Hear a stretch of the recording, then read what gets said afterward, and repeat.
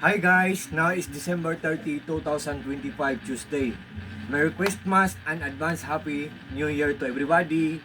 And also, Happy 129 Rizal Day Anniversary guys.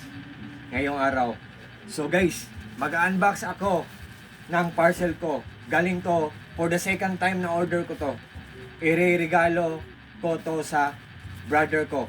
Medium ang size nito, ito large to. So, same din kami ng kulay. Galing to sa Prime Mega Apparel Shop. Tatlo na t-shirt to. Pag tatlo kasi ang o-orderin, free shipping. So, tatlo ang in-order ko. Like sa for the first time na in-order ko to, same dito. Pangalawang business na to, for the second time to. So, look at guys ha. So, oh. Open, sesame. Huwag na lang natin i-scissors, baka masugatan pa. Baka ano, oh. Medium guys, oh. Medium. Same ng sinuot ko, kasi large ang sa akin eh. Large ba to?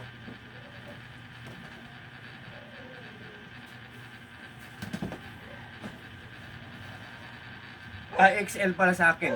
XL. Ito medium. Mali ito. Oh. Medium. Oh. Paris black. Itong isa white. Paris. Same din medium.